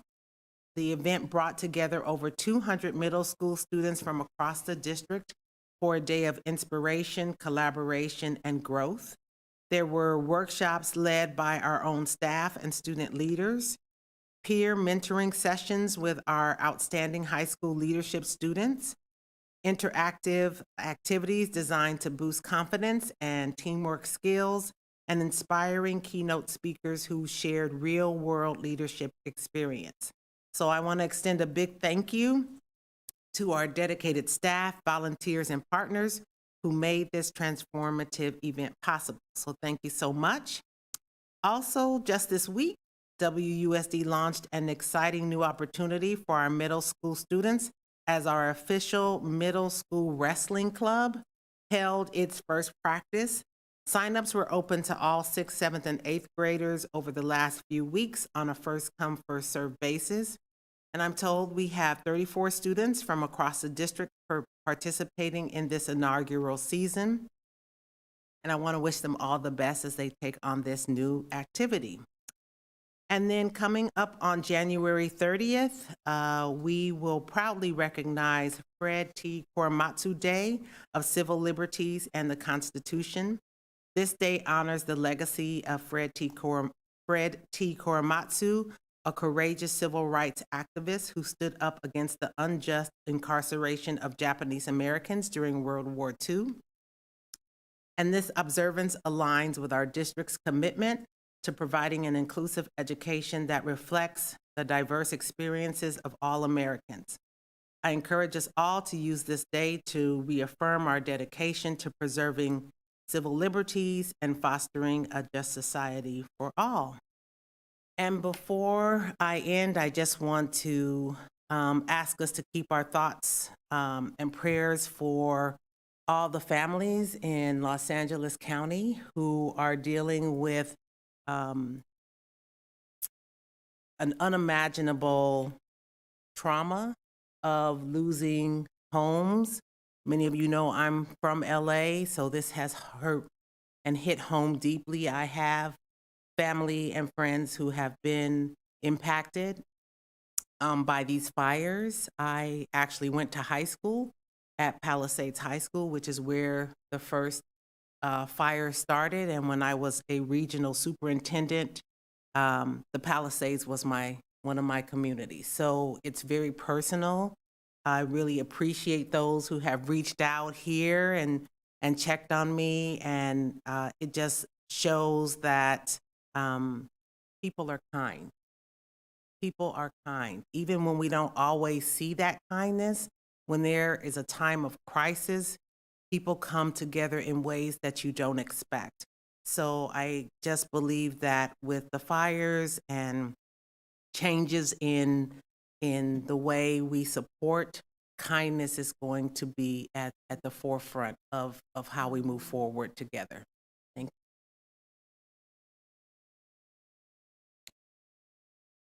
Thank you. Trustee Hunt, would you like to go? Thank you. Yeah. Coming off of what you just said, trying to compose here. I have had the pleasure of completing my first month as a trustee and have conducted some site visits. My first site visit was to Washington Middle College High School, and their gardening class invited us to campus and check out some of the stuff that they were doing. I also had the pleasure to be taken on a tour of the campus by one of the 9th graders there. And that being my first visit and getting to have conversations with the students there really deepened my appreciation for how much students inspire myself, and I'm sure all of us up here, and how we can, when there's so much challenges going on in life, it really shows us the reason as to why we're doing what we're doing. I also had the opportunity to visit Westfield, Westmore Oaks, and Bridgeway, met a lot of the staff there, got to have great conversations with the administrators, and it was really good to hear about their highs and lows of their campus, their position, and I look forward to continuing to collaborate with each of those campuses and others on strategies moving forward. And I'm excited to continue visiting school sites moving into this next month. I attended the Junior NBA WNBA kickoff event and was greeted by River City High School cheerleaders that morning. So I just wanted to give a shout out to all the River City High School staff, coaches, cheerleaders, students that collaborated with the City of West Sac to make that a really fun morning for hundreds of West Sac kids. It was really cool to walk in and see it from that lens, of the students being there, River City High School students being there, taking their Saturday morning to make this a great event. I just wanted to acknowledge here the vaping and restroom concerns at River City High School that we've heard from the community, and I understand there are plans to address that and provide student support, etc. I would ask that where we feel it's appropriate to potentially communicate with the applicable audience as to what the measures are that are being taken or what the plans are to remedy this challenge. I also want to acknowledge, primarily as a new board member and still learning a lot of why we are where we're at right now on different projects, but just receiving an update on the construction delays on some of our playgrounds. I heard the last update here a couple of months ago, but it'd be good to get an updated status, just estimated completion, what sites are still being affected, what's the interim solution, and again, continue to communicate that with the applicable audiences, just so they have some sort of knowledge or realistic expectation. I want to give a big thank you to the district staff. Every single one of them, I've met and talked to a lot of people in this last month, and it's really shown what a great organization Washington Unified School District is. Everyone I've spoken to has just spoken so highly about their colleagues and about the work they are doing, and it's really cool to see that and be a part of that now as well. So just a big shout of gratitude to every district employee for showing up every single day for our kids, and making it happen. As Superintendent Hildreth mentioned, and I just wanted to mention as well, I know we're in a challenging political climate right now for some of us, and things can feel really uncertain in a lot of different ways. And I think we all agree here that our focus will remain on creating an environment where everyone feels like they can be their true self, that every student and staff member feels safe, valued, and supported on our campuses. It will be challenging, but I'm confident that we will get through the humps in the road and get past this as well. Thank you. Thank you. Trustee Wong. Hashtag great to be WSD. Is that right? Is that what we do? Yeah, we do have a wonderful organization, and as much as we hear what's going on as a board, just grateful for staff who hold space and love and joy and belonging for our kids and families because of the right leadership. Because we have a bold enough board to focus on kids and families, to look beyond division and know that this is the future of our nation, right, that we're pouring into them. So absolutely grateful for this organization. Not that we don't have to spaces to improve, to increase safety and belonging for our kids, and we will do, right? That is what we owe them. Also wanted to make a note. I wasn't able to go to IBB training, but grateful that we actually are trying it again, and hopeful because I do believe when you go into negotiations, when you are interest-based, it is values-based, and it becomes a different type of conversation versus a traditional back and forth. So excited about what that looks like this year. And also grateful to have been at the Chamber event, honoring all of our community members and the hard work of bringing West Sac to what they are today. And I know that one of us was actually at 8th grade night with their child looking at the high school. So I'm sure you'll talk about that later. Next week is Lunar New Year. Everybody said the beginning of the year has been horrible between fires and a lot of different things. I said, well, it's the end of my Lunar New Year. So there is a new year ahead of me on January 29th. And so grateful and to kind of look forward to what that might bring us and the opportunity with this board. And at that installation dinner, I turned to everybody, like, do you all realize that the local electeds were all female? Like between the city council and for the first time ever, I think in our history, that we've been all at the school board and city council. Yeah. Well, city council, no, school board has been before, but together, all local female electeds, which is, and we operate differently, right? And it was a beautiful thing to see and acknowledge, and majority cabinet as well.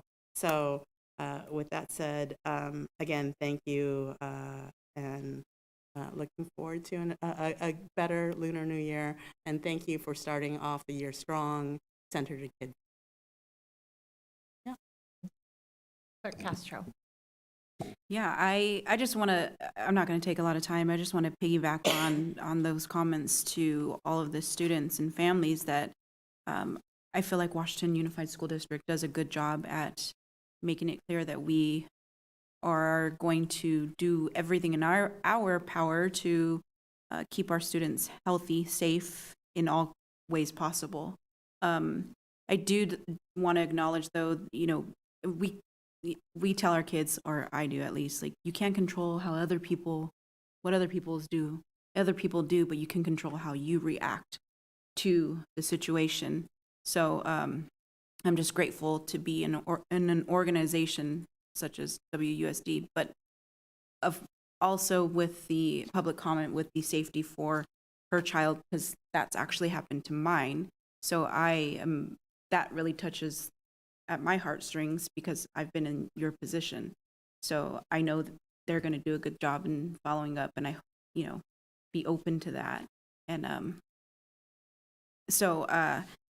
there was another thing I can't really remember, but yeah, being a new trustee, it's a lot of information. But I think Jeanette and myself have just been trying to push, you know, forward, and we have some veterans on the panel, and so we're super grateful for superintendent, staff, cabinet, with providing the information that we ask for.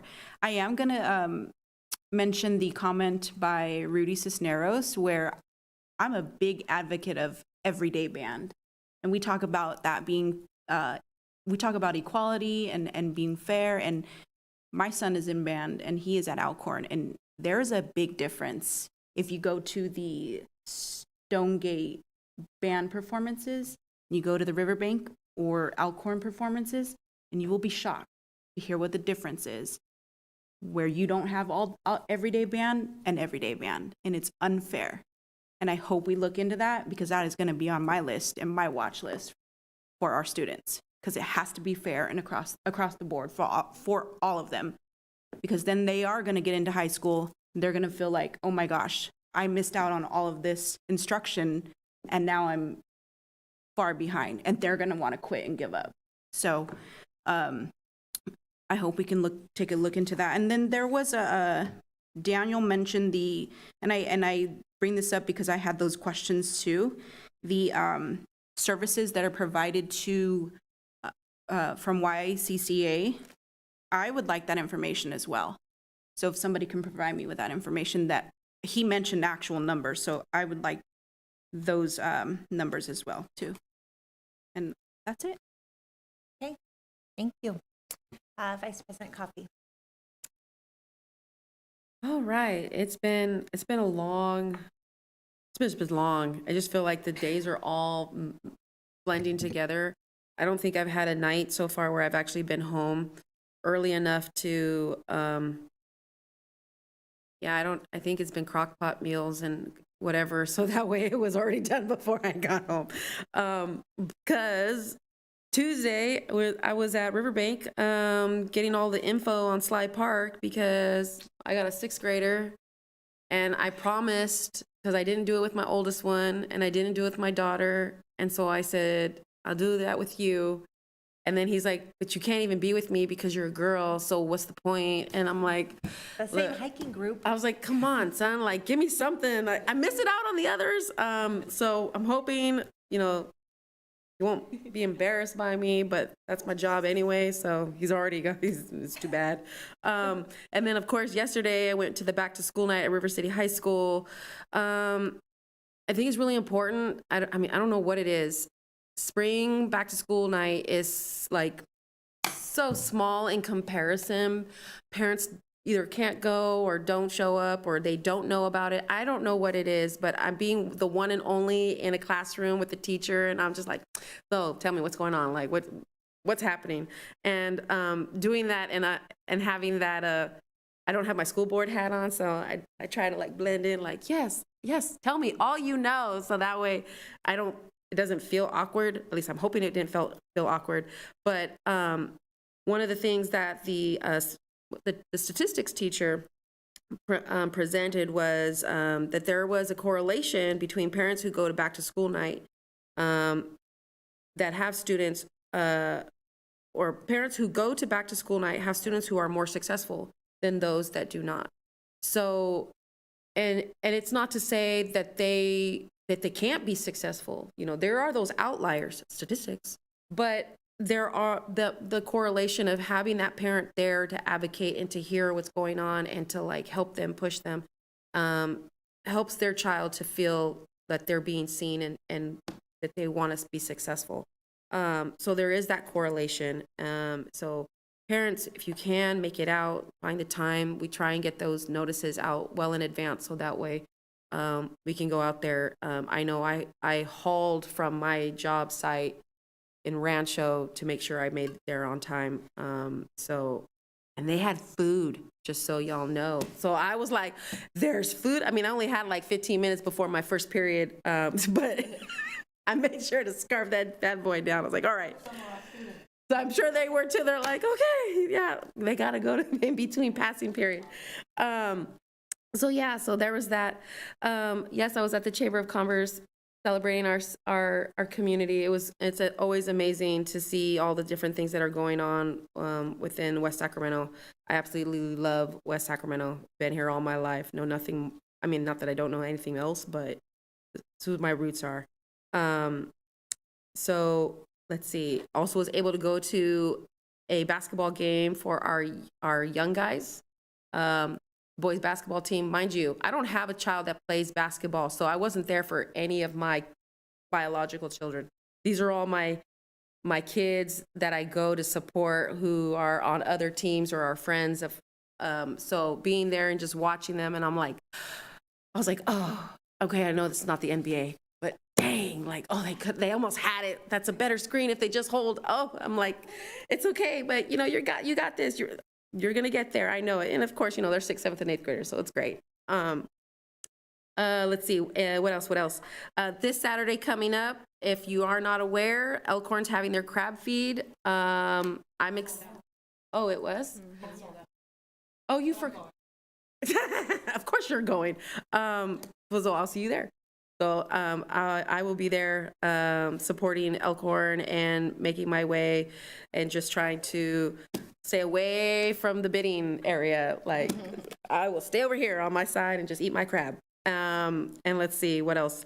Oh, one last thing that I was asked, and I don't know if I got a follow-up, and I would really like it. The calendar committee information. I've had some parents who asked me, like, how does one get on it? Like, when do they meet? How do that information regarding the calendar for the school calendar? And so if I could get that, I would appreciate it. And that is all I have. I'm looking for the rest of this month to go because it has been a long one indeed. That's all I got. Okay, thank you. I'm unfortunately missing the crab feed because I'm taking our Girl Scout troop to Yosemite. But if you send me a text, I can send you something for the raffle. Maybe we can work that out. Okay. Because I'm not going. I'll pay for something for a raffle. Okay. Win-win. Well, if she paid for it, you paid for it, then it'll be. But it wouldn't happen without. Get something we can share. Okay, I'll just, I got it. Give it to Jackie.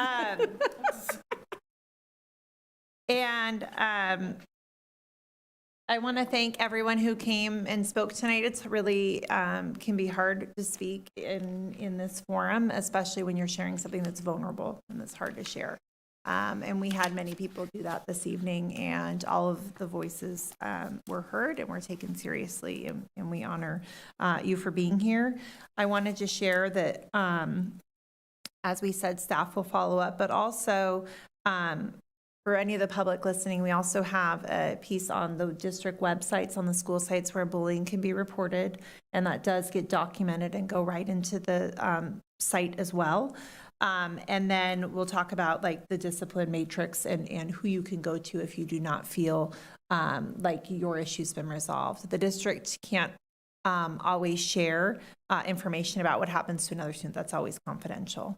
But certainly we can talk about those. I can't engage in a conversation, but we're about to go into closed session again.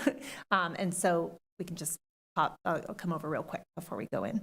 And then I wanted to share our 8th grade, our 8th grade information night. And it was at River City High School, but Washington Middle College was there too. Also there at a table represented, and many families were talking. But you know how we walked in talking about embarrassing your kid, because all the cheerleaders were waving, and then they had the band playing music. And so of course we like danced in, but not my 2B high schooler. She's like, oh my gosh, my mom is so embarrassing. So embarrassing, so cringy. But it really made it fun. It was just a really, right when you walk in the door, it felt welcoming. And it felt like, like the place that's going to be our kids' home. And I appreciated all of the staff that gave their evening.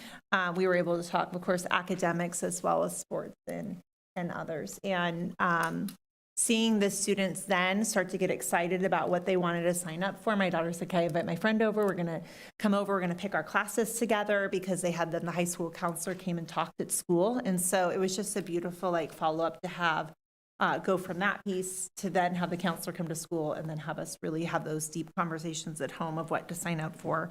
I know another River City High School campus monitor has been needed, and that that is in the works, and it's going to move through this board, I think, on hopefully our next agenda item in terms of being hired, because it is a need as we go there.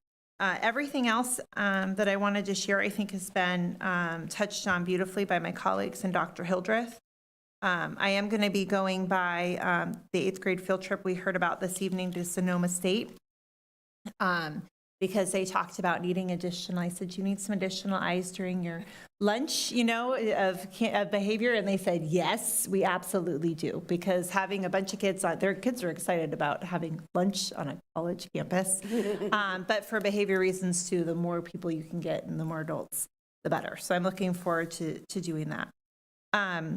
And again, just having a space, it was beautifully said by everyone here, but having a space where we know that as things are changing that we never thought would have changed, right? Just a few days ago, we sent out a letter that said that our schools are safe places and that legally you cannot come on to them. And then the, policies are changing on a whim. And so I want to really thank you, Dr. Hildreth, for having the space on the website too, where information can be changed and can be updated, and we can keep everyone current on what's going on, but then of course the commitment that we are all here to do just what we have always done, which is serve our kids and make sure that our schools feel like a safe place for all of them. As we move forward, I think what I would be interested in is to see maybe in an update our attendance rates and to see if they have been affected at all. And some things that maybe we can discuss then for outreach as a result, if we can look at that data, because I know it's, I know it's a very heavy piece for our community, and I'm just very, very grateful to serve in this school district, on this school board, for the work that we do. And of course, to all of the victims of the fires and losing your school is your community where you come, and our kids spend more hours of their waking day on campuses and schools, and to have your school go in your home, I just really keep everyone there in our thoughts. So, okay, so with that, then we'll go into our future board agenda items. We have our board governance training session on February 8th, 2025. We have our next regular board meeting on February 13th. We have our English Learner Program update on February 13th, our demographic study update in February, one of their meetings. And then I had heard conversations about updating the delays on the playground, on play structures. So if that could be either in a board update, but also one that goes to the community. Or if we need to have a presentation, maybe you can see what you think is the right avenue for that. Does that sound okay, Trustee Hunt? Okay. And then the YCCA information as we look into, that will be coming up in July. So between now and then, getting some information on that contract that we heard, and then getting information on the calendar committee as well. And then possibly we could look at a future board agenda with the VAPA, I believe the grants as well. We were going to talk about how that funding was going to be used. So maybe that can all weave in together possibly. Am I missing anything? Is there anything else for a future agenda item? Oh, all right. Well, then with that, we're going to go back into closed session right now.